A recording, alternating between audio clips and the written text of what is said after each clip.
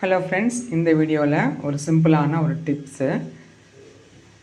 வழக்கமாக இட்லி அவிச்சு முடிஞ்ச உடனே நம்ம இதில் தட்டிலே தண்ணி தொளிக்கிறது அல்லது பின்பக்கம் தண்ணி தொளிப்போம். அந்த மாதிரி தொளிக்காமல் இந்த மாதிரி ஒரு ஸ்டெயின்லெஸ் ஸ்டீல் பிளேட்டில் கொஞ்சமாக தண்ணி, ரொம்பலாம் வேண்டாம், அந்த நம்ம இட்லி தட்டு முங்க வேண்டாம், ஜஸ்ட் அதில் படுற அளவுக்கு இருக்கணும். இப்போ நம்ம அப்படியே அந்த தட்டுக்களை வச்சிடலாம். வச்சுட்டு ஒரு 2 மினிட்ஸ் 3 மினிட்ஸ் அதாவது 5 மினிட்ஸ் மேக்ஸிமம் கழித்து பார்த்தோன்னா நம்ம அப்படியே கையை வச்சு, ஸ்பூன் கூட தேவையில்லை, கையை வச்சு இட்லி எடுத்துக்கலாம். ஸோ இந்த மாதிரி சிம்பிள் டிப்ஸ் ஃபாலோ பண்ணுங்கள். திருப்பி போட்டு அதாவது இந்த தண்ணி தொளிச்சு கவுத்தி போட்டு அப்படிலாம் பண்ணி நம்ம இட்லி சம்டைம்ஸ் இட்லியில் தண்ணி விழுந்துடும். ஸோ இட்லியோட டேஸ்ட்டே கம்மியாயிடும். ஸோ இந்த மாதிரி ட்ரை பண்ணுங்கள். ஸோ இப்போ ஒரு 5 to 6 மினிட்ஸ் கிட்ட ஆயிடுச்சு. ஜஸ்ட்டு இந்த ஓரத்தில் மட்டும் ஜஸ்ட் எடுத்து விட்டுட்டிங்கன்னா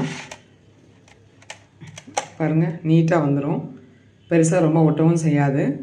ஸோ இந்த டிப்ஸ் நம்ம ஃபாலோ பண்ணும்போது நமக்கு இட்லிக்குள்ளே தண்ணி படாமல் இட்லியோட டேஸ்ட் கொஞ்சம் அது நல்லா ப்ராப்பர் டேஸ்ட்டில் இருக்கும். ஸோ பாருங்கள், அப்படியே கையை வச்சு எடுத்துடலாம். ஸோ இந்த டிப்ஸை நீங்கள் கண்டிப்பாக ஃபாலோ பண்ணுங்கள். ஃபாலோ பண்ணுறவங்க இருக்கலாம், பட் தெரியாதவங்களுக்கு தான் இந்த டிப்ஸு. பாருங்கள். தேங்க்ஸ் ஃபார் வாட்சிங்.